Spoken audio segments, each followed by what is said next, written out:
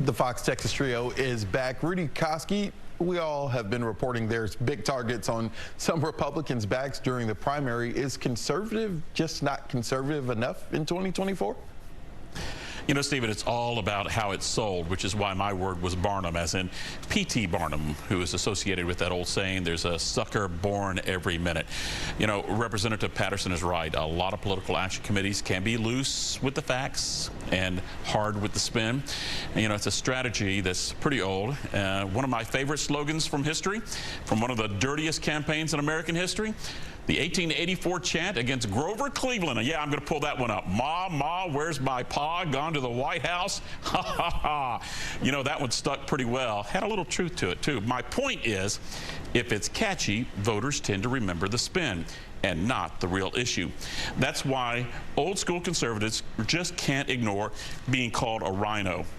Especially right now, especially by those who want voters to disregard accusations about Ken Paxton's adultery and helping a donor who's charged with bank fraud. And let's not forget those who are selling a multi-million-dollar private school scholarship fund and marking it as school choice.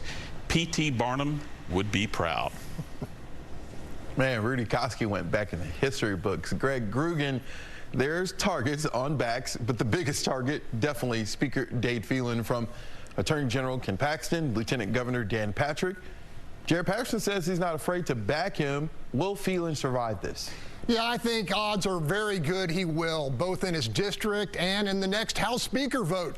Phelan's popular on his home turf, owns a solid record of conservative accomplishments to brag about, and has a hefty war chest to boot.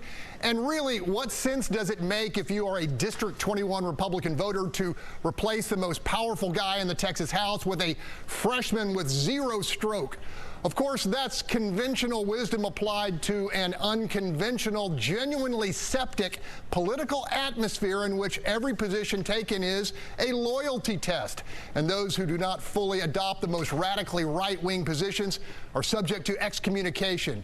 Now, as for the speakership, Phelan needs to retain just a dozen Republican allies to join with Democrats, and the gavel is once again his. A fair guess is that he can count on the allegiance of at least 40 or more GOP House members, and that makes Ken Paxton and Dan Patrick's bid to oust him a very, very long shot.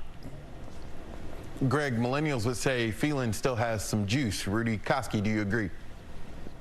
You know, this past Monday, Paxton was in the Speaker's home district. His revenge tour didn't, you know, attract a big crowd, but he continues to swing away and portray himself as an innocent victim. Granted, the Speaker is also pushing back at a recent campaign stop. He defended his decision to hold the impeachment hearings and vote, saying, I'm not going to turn my back on corruption. I'm not going to turn my back on malfeasance.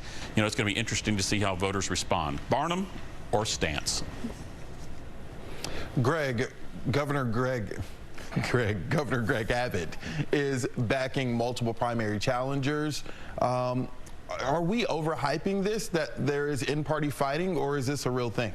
Look, it's a big-time problem for Republicans with a target on their back, those who bucked the governor's mandate and joined Democrats in voting against school choice.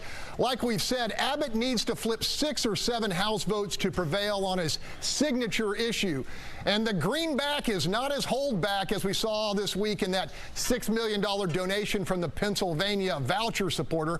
Agree with him or not, the governor is a man with a singular mission in this primary, and he's arming his chosen candidates with cash and campaign know-how that will prove difficult to overcome. Bottom line, somebody is ultimately going to die on the hill of school choice in Texas, and despite his setbacks, Greg Abbott is bound and determined that it's not going to be him.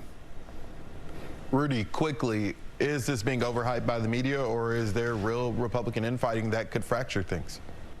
Stephen, I'll put it this way. I haven't seen such party cannibalism like this since the last Tarzan movie I watched. All right, well, we'll have to leave it there. That's all the time we have. To see this episode or any of our past ones, go to our station YouTube channels. And visit our social media sites to continue the conversation. And we'll see you next week for another edition of Texas, the Issue Is.